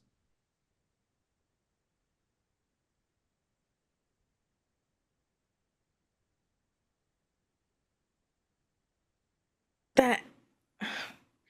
Did you hear what the Pale said? I will never forget. I was right there. The words might as well have been whispered in my ear. Go on. Not the part about destruction. Everything, everywhere. Everywhere you look can always forecast destruction.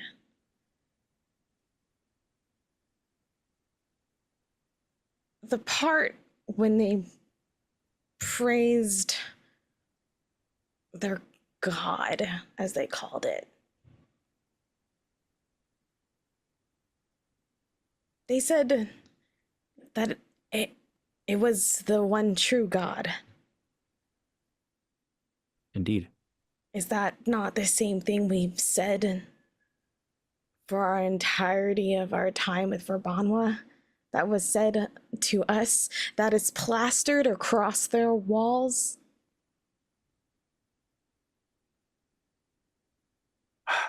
I don't want to have to say this, but Paloma, we don't have the luxury of your crisis of faith.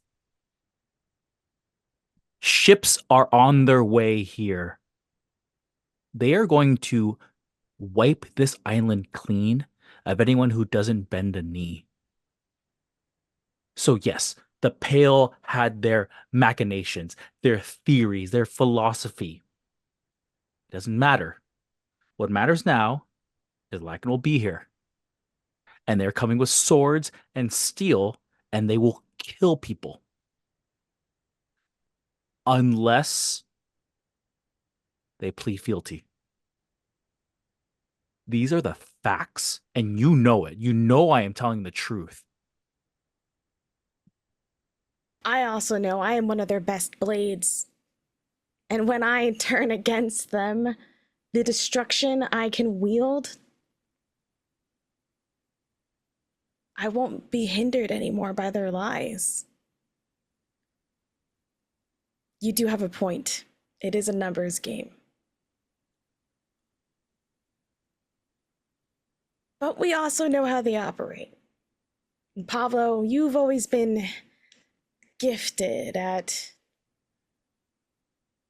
telling half-truths or telling complete lies and having people believe them.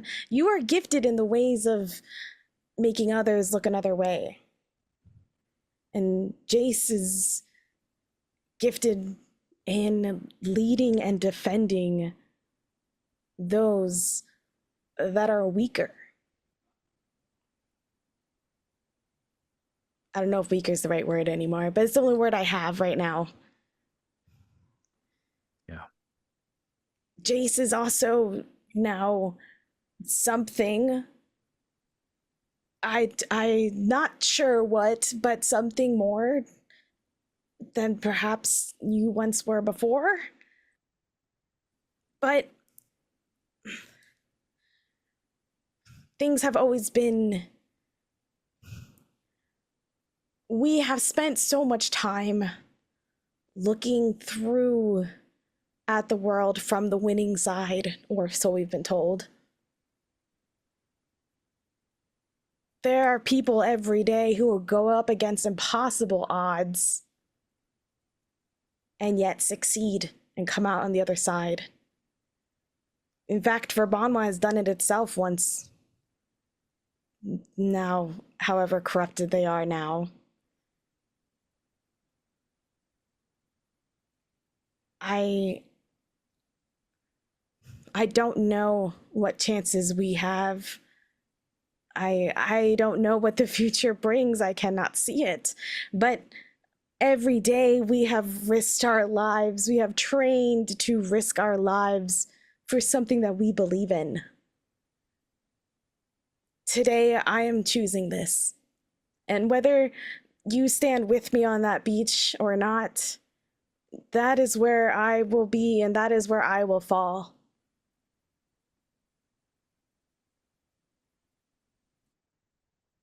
In some ways, I guess I never left the beach. Pablo, what do you want?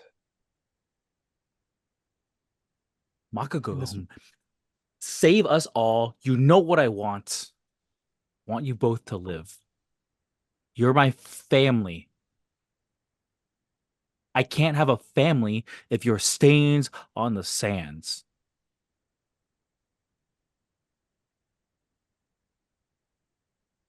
I'm going to be annoying here. But why do you want us to live? You'll make me say it. Yes, Pablo. Because I love you both. And losing you would hurt more than 1,000 knives through my heart. I can't watch you die in front of me, knowing that I could so easily save not just you, but all of those souls in that village. Every single person on this island can be saved by just letting go of this pride.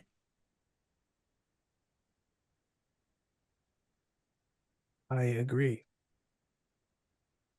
I wholeheartedly. I don't think I've ever said that to you. But I do. It's why you and Paloma are my family.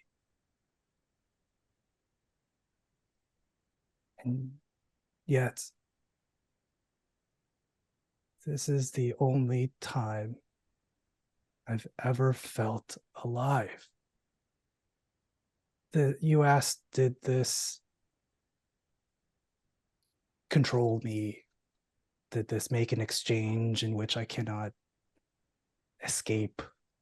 A gambit that I could not avoid? It's the reason my arm was like that was because of this. The reason it was so withered and battered was because of the lock in it. Everything I did suppressed who I was supposed to be. It's not like somebody chose this for me. It's not like it was appointed through heritage and lineage. I grabbed the chance to live with both hands. He's like, I was like, oh, well, yeah, before. But I don't think dying is the end. And the wind picks up.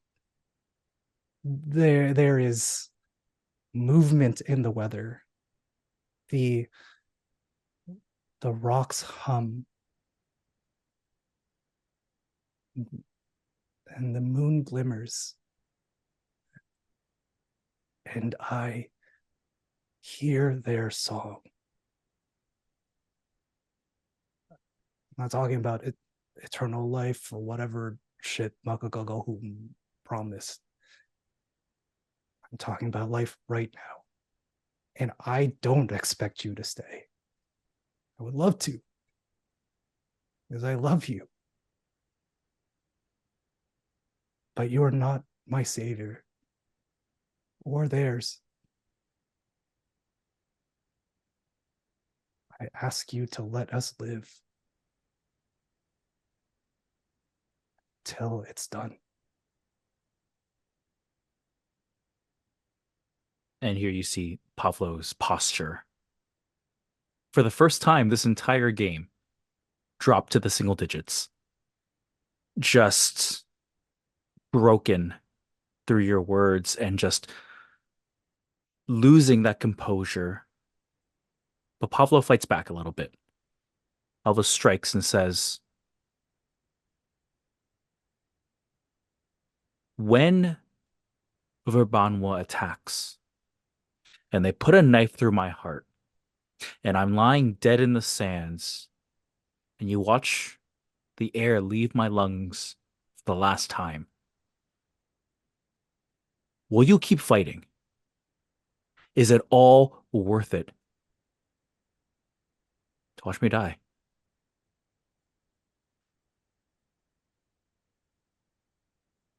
Jace looks at Pavlo and Paloma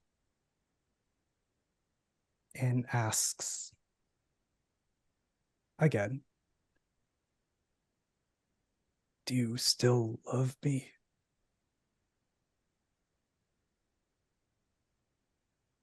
And Pavlo reaches out and places a hand inside your enormous, scaly hand and grips so tightly and refuses to answer the question verbally because it is so silly. And he reaches out to Paloma with his hand. He grabs hers, squeezes tightly as well.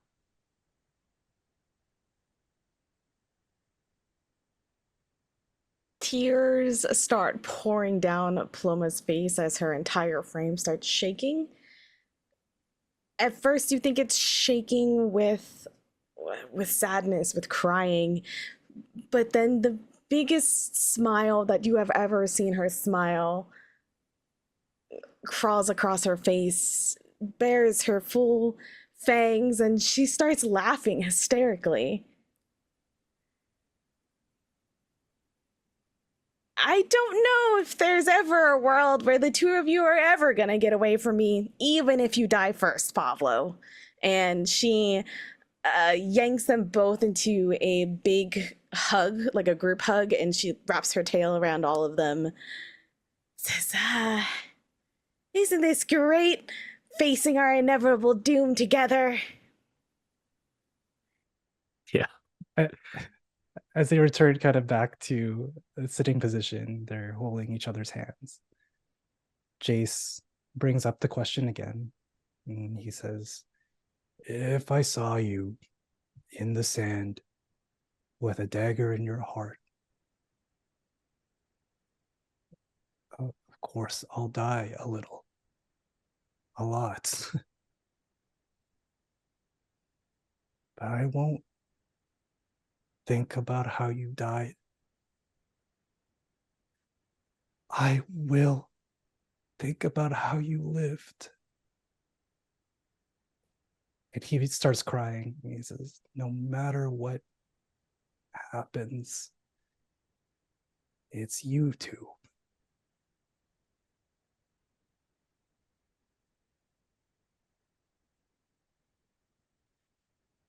Paloma? I will hate you for leaving me alone, and I will hate you for dying first. But I will love everything that you stood for and everything that you ever taught me. And the only thing you've ever taught me is to persist. But I will hate you if you die first. No, that's not what I wanted to ask you. It's not. You sang a song today, and it was beautiful. Would you teach me that song? The only way I actually remember it more is in violence. So I would have to be attacking something to teach you more of And it. I think Jace, as you say that, he's gonna try and swipe at you with his tail. Paloma just like lifts her tail up to me. Yeah, yeah. Yeah, absolutely. And I think Pavlo is up in a stance, and it's rote. It's movement. It's practice. It's katas. It's dance. And I don't know about you. I'm feeling like maybe the scene ends with like our silhouettes on the small humble fire we've built. Um, our silhouettes just kind of fighting or dancing or embracing or all of these things that are very, very human and just being together in our little 3-person clan. The moonlight shines down on all of your silhouettes as you all enjoy this moment of nothing but each other, this moment of peace. But as others much wiser than I, the storyteller, have said, peace is the colonizer's word. Liberation is ours. You have peace tonight. As for what comes after, that is in your hands, Kadungam.